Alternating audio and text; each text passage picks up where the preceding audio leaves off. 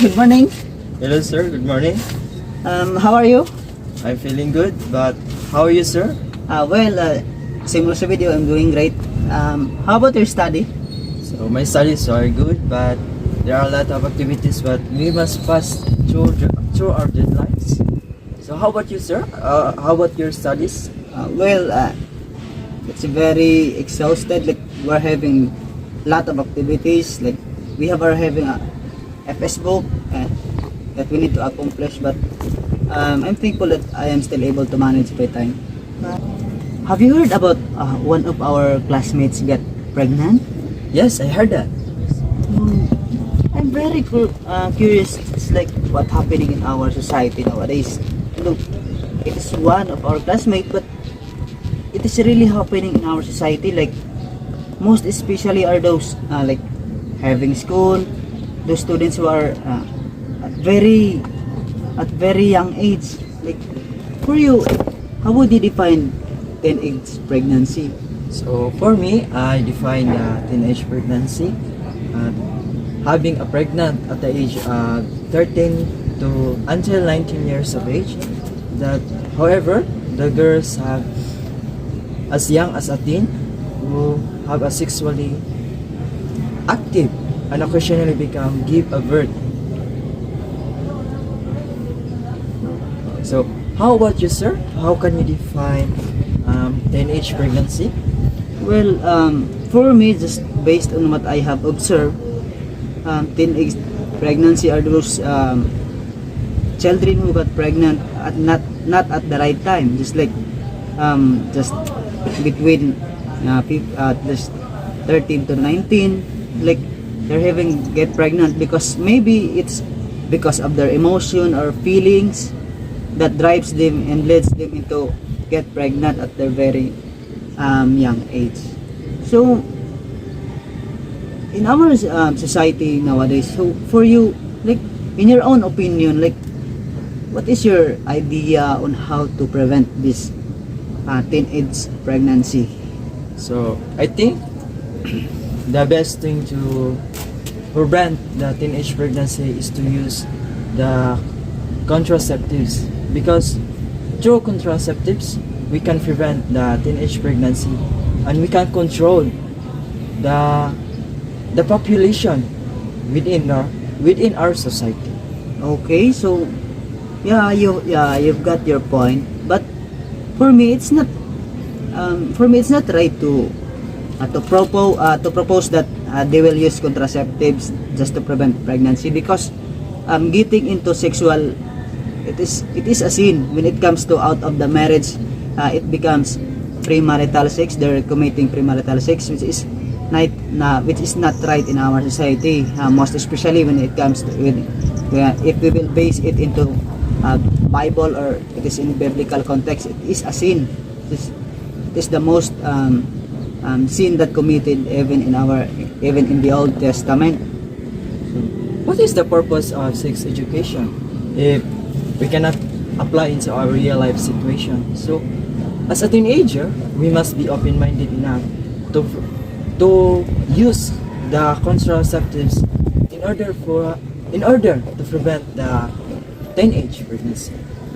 Well, you've got your point. Like, yes, I agree that there is a sex education being taught in our school, but for me, it's not the right thing to promote. Just like we are promoting, just because if we will apply those using contraceptives in sexual, we are promoting, like the concept is that it's okay to get into sex as long as you are using contraceptives. But for me, it is depends on the culture where we belong, since Philippines is considered as a Christian country. So what do we mean by Christian country? So it is against with the sexual immoralities committed by all of those people in society. So it is not right to engage in sexual immoralities.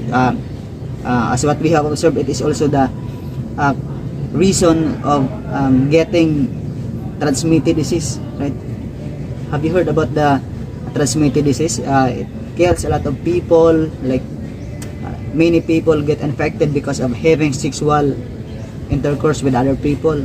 No, that's why we can use the contraceptives, because through contraceptives we can prevent any diseases about diseases about that can harm other people, that talks about the teenage pregnancy. Yes, it is true that through using contraceptives will lessen the effect of sexual transmitted disease. But based on the study, it is not 100% that we will not get infected, because it depends on the disease that have the people will transfer from the other people. So for me, the best thing to do that we can prevent the sexually transmitted like getting teenage pregnancy is the absence. So since we all know that it is not right, so for me it is good not to engage in those things which is not right, diba? Like, like it is like marriage is only for, like, sex is only for married people, diba? Just like that, like. No, but the main point for me is using the contraceptives of the teenager, not the other people in the society, but also the teenager, that they can prevent the teenage pregnancy in the young age. So the best thing for them is to think their safety, in order for them to prepare in order to have a better outcome to their perception about the teenage. It's okay. So I think we need to respect with our different perceptions when it comes to teenage pregnancy. We have our different point of view, and well, you've got your point, and I have also got my point. But I think we need to respect with each other.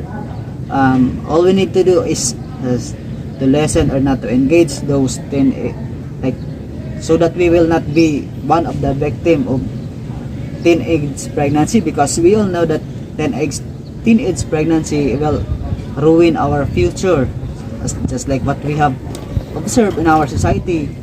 No, as students who are getting pregnant at their very young age, they have a lot of things that to do which is not right in their. Instead, they will going to school, they're taking good care of their baby, instead of having friends, like they will have outing. So they have stayed in their house because they have their responsibility, which is not it's not in line with their age. So thank you for your opinion, and I respect. Also, I agree to your opinion, but because we have our different perceptions about that teenage pregnancy, because I believe that everyone has the different style in order to prevent that kind of situation, and it will deal into a better society if we have the faith of God, and we have the respect of each individual. Okay, so thank you so much for your time, and I think I need to go now because I will have next class. Okay, okay, sir. Thank you so much, and I hope we will meet again in the next day, and we will have a lot of sharing ideas to the different issues in our society. Although it's not all about like we will have fight, or we will just get our different point of view, so that we can also enhance our knowledge about what's happening in our society. Okay, so thank you. Thank you, sir.